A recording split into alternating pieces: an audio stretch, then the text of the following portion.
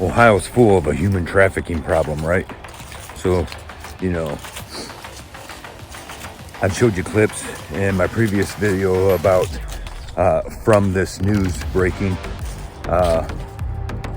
But let's go ahead and break this down. I'll show more clips as we talk about it. We have Dave Yost on here, right?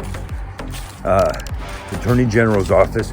Now they're all bragging about this human trafficking bust. Human trafficking operation. Ohio Attorney General Dave Yost calls this a massive undertaking aimed to hold accountable those who fuel human trafficking. Some individuals are from this area, and the Mahoning Valley Human Trafficking Task Force helped with the state's efforts. Yost says the message is simple: don't buy sex in Ohio. Ohio law enforcement agencies, including the Valleys, worked together to arrest 132 people in a human trafficking operation, most of which sought to buy sex. 8 arrests are Johns from the Valley. Youngstown, Boardman, Warren, Cortland, Newton Falls, and Mercer County individuals facing charges of engaging in prostitution or solicitation. There is no human trafficking unless people are buying sex. We need to have sanctions for those people that are fueling the economy of human trafficking. The operation also includes felony charges against 22 people for seeking sex with a minor or possessing narcotics. The Mahoning Valley's Human Trafficking Task Force helps to identify Johns. Authorities statewide identified over 70 potential human traffic survivors. It is all around us, places you don't think about it. You might be in line somewhere, you might be at a gas station somewhere, and you might find someone there who's being trafficked. And it's not just here. I don't want to pick on just Dave Yost, but here I'm in Ohio. My tax dollars, your tax dollars, if you're here in Ohio, are going to this. But you can see that it's real similar in other places too, right? Because you got Grady Judd, and I kind of like that dude because he comes on there with some, I don't know. I'm starting to think because he started coming out there all of a sudden, all this crazy shit going on in his area. I'm starting to think maybe some of that's all staged and all this and that. But what we have with the human trafficking, it's happening all over. They're reporting it as human trafficking, right? You know, go ahead and hit the like button if you agree with me. We all stand against human trafficking. I'm sure all my subscribers do, right? And, you know, but let's understand what's going on there. Let me show you a little bit and really listen to what they're saying. Good morning. We're here today to announce the outcome of a statewide operation last week called End OHHT, which is named after our new statewide human trafficking hotline, End OHHT. I should begin by noting the difference between prostitution and human trafficking. I'm asked about this a lot, and it's the difference between 2 and 3. Prostitution is a transaction between 2 people, and human trafficking is when a third person is involved in any way, usually taking some or perhaps all of the proceeds of the transaction. This statewide operation involving more than 100 agencies, including law enforcement and social service agencies, ended up netting 110 arrests of Johns, people trying to buy sex. This is important because without money, there is no human trafficking. Without money, the marketplace collapses and the incentive for human trafficking goes away. I've said it many, many times, and I will continue to say it: don't buy sex in Ohio. You don't know when you buy sex whether that other person is willingly participating or is being trafficked, and there's someone else in the next room or out in the car that is controlling this transaction. That means that if you buy sex in Ohio, you are complicit, perhaps. You're accepting the possibility, at the very least, that you're complicit in human trafficking. That's why we don't view it as a minor offense or a vice offense, but actually part of the human trafficking ecosystem. In addition to those 110 arrests, we also had, amazingly, 22 arrests for people who were seeking to have sex with children, minors. And we have also 73 survivors that we came into contact with. The survivors were all offered services. Several of those instances had related arrests for drug possession or warrants outstanding and those sorts of things. But our focus on the survivors was to help them to get services. We view them as victims in this operation. But I've been concerned that across the state, I hear lots of stories about prosecutors who deal away some of these cases, reduce charges, sometimes dismiss them. And I am calling on the prosecutors in this great state to hold the line. This doesn't mean that everybody needs to get locked up or get locked up for a long time, but there has to be consequences. If we're going to stop human trafficking, there have to be sanctions for the people that are funding this, that are fueling the human trafficking with their money. And that means that John shouldn't be getting a slap on the wrist, a $100 fine, and told to not do it anymore. There needs to be consequences. There needs to be education, to be sure, and there needs to be a penalty that will act to deter this kind of behavior in the future. So with that, I'd like to roll a quick video. Okay, first of all, let's point out one thing. The Johns, right? What we have here is, he wants to make a distinction between the two in the beginning of when he starts talking, Mr. Yost there, who has time and resources to waste annually on this thing, happens every year, as one of the reporters, whether it's shown yet or I'll show it. The next question is from Lacey Crisp of 10 TV. This is an annual operation. Why continue to do it? Why can't what? Why continue to do it? Oh, well, we keep arresting more people. So they, waste all, but he ain't got time to listen to me. No, because why? Because he stands with the violations, right? And I just want to point out what he's doing here, what they're all doing here, what our government's doing here. They're claiming, they get behind an issue. Why? Because the people are getting behind it. Human trafficking is an issue, and they all want to get something done about it. We all want to get it stamped out, right? So we put our elected officials in there. We expect them to do that. Dave Yost jumps in as Attorney General in Ohio, but he's going to stamp out corruption, go after this and that. Well, he turns a blind eye to corruption when it's actually thrown to him. Here, do something about this. And so I just want to point out what they're doing. I'm not trying to, it's a slippery slope there. I don't want to stand up for nobody, right? That's getting involved in these, get caught up in this, right? But there is a fine line between prostitution and human trafficking, but they're blending it all in together. And this is what they do. This is like what I said, if you go back to some of my other videos, what I say about the whole domestic violence thing going on. And it's not just that, drinking and driving, whatever issue we want them to get behind. So you got to understand, when we're raising hell to try to get them behind these issues right now, whatever it is, the border wall, immigration, whatever, these issues are always turned around and end up screwing all of us over. Even, everyone except them, and they use it to enrich them. Suddenly they find ways to make everything a crime. Okay, everything you're doing is a crime, and they blend everything in. So, what I'm saying is, if you got, let's take an example here right now, what they're doing.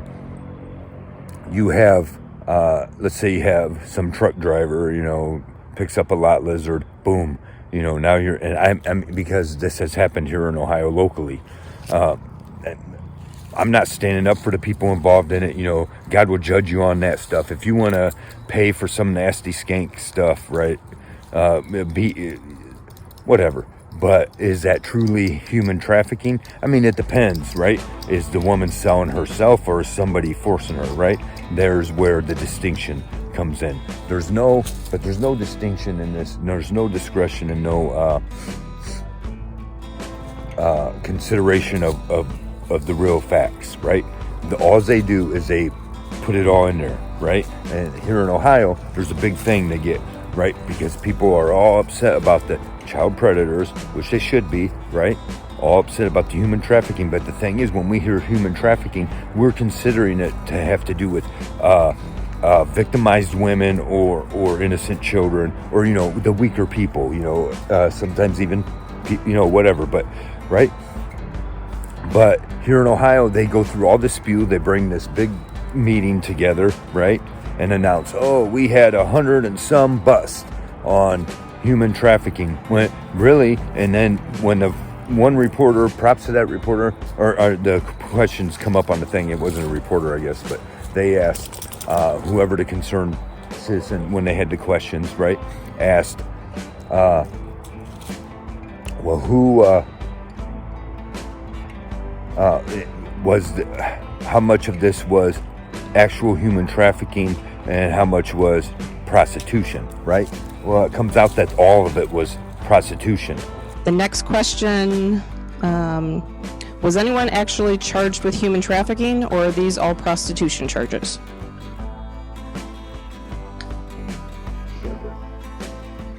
Coming in again, Matt Hilbert. So no, on this operation, nobody was charged with the felony human trafficking in person charge. There were several who will be followed up on across the state. Actually multiple that will be followed up on, but nobody was charged in this specific one with that. Except for, if you notice at the beginning, I'm sorry, forgive me how I'm having to do this. I can't sit down with it playing live and just do it. I would rather do it that way. So forgive me, I might bounce around a little bit here, but so in the beginning of when he starts speaking, he talks about, he says like there was X amount of people trying to have minors, right? Trying to pick up minors. And, but then when the end result, they say, oh no, everybody was just busted for prostitution. Okay, that's a problem there. So what they do with, because if you notice also, he says, there's a lot of concerned people are talking about the local prosecutors letting some people off on these cases. Another question, AGO, she mentioned wanting local prosecutors to hold those who were arrested accountable. Have you had conversations with local prosecutors' offices about declining charges for suspects arrested in connection with previous statewide human trafficking stings like this one? Well, I want to be clear that I'm not necessarily talking about declinations, although there have been a few dismissals as well. Yes, I've had conversations with local prosecutors. We will continue to have conversations with local prosecutors. Well, who's the ones getting let off? The ones going after the minors, right? Because none of them were included in this prostitution thing, obviously, right? So that's how the justice system is. Why? Why would they do it this way? Because they're the ones, they're the actual ones. How much forced or unwelcomed or unmerited or whatever, any of them people standing on that stage, Dave Yost or any of them officers, right? And I'm not sitting here to condone anything at all, but I'm showing you what, this is just another example. Now they've taken this serious issue and now they're running out here and busting people. You want to bust them for prostitution like the old days, that's one thing, but now they're not. Now they're getting caught up in this major offense of human trafficking when, you were just trying to pick up some nasty lot lizard. I don't condone it at all. It's disgusting, right?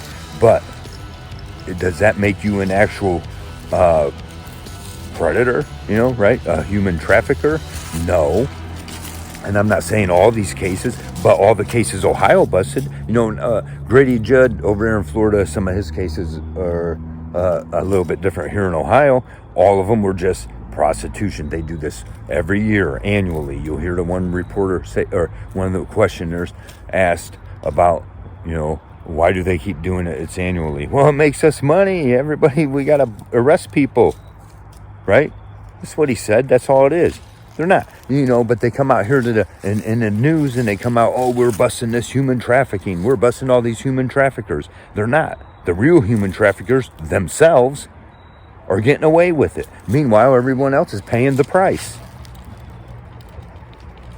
You know, and then they use these words like the survivors, right? He has X number, 70 some survivors or whatever. Survivors are like they done some big, huge operation and saved some people. They're not survivors. They're fucking prostitutes, right? He said they all was busted for prostitution. No human trafficking. So none of them had pimps.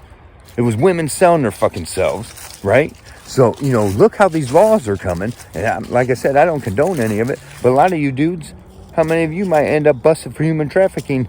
How much did that one beer actually cost you?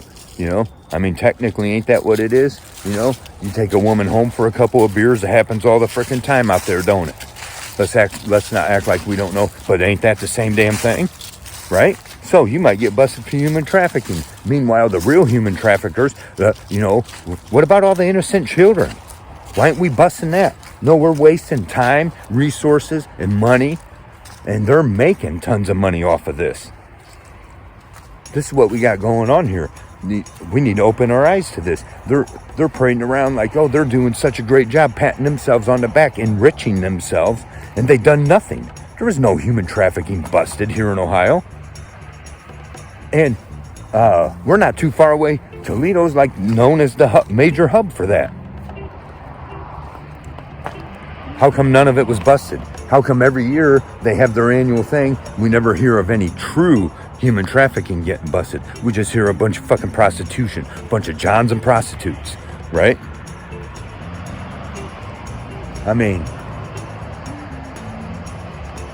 it just don't get no more sick than that, really. You know, I'm not saying, hey, bust these people for whatever you want, but, you know, now you're sitting here acting like you're busting all these people. What about, let's find out who the real predators are out there, who the real traffickers are, who's the ones making that big money from the real trafficking. Well, they're probably the ones on camera telling you, patting themselves on the back about how much of a great job they just did. You know? Anyways, thanks for watching. Don't forget to like, subscribe, and share. Let us hear the conclusion of the whole matter. Fear God and keep all of his commandments. For that is the whole duty of man. For God will bring every work into judgment with every secret thing, whether it be good or whether it be evil. See you. Was anyone actually charged with human trafficking, or are these all prostitution charges?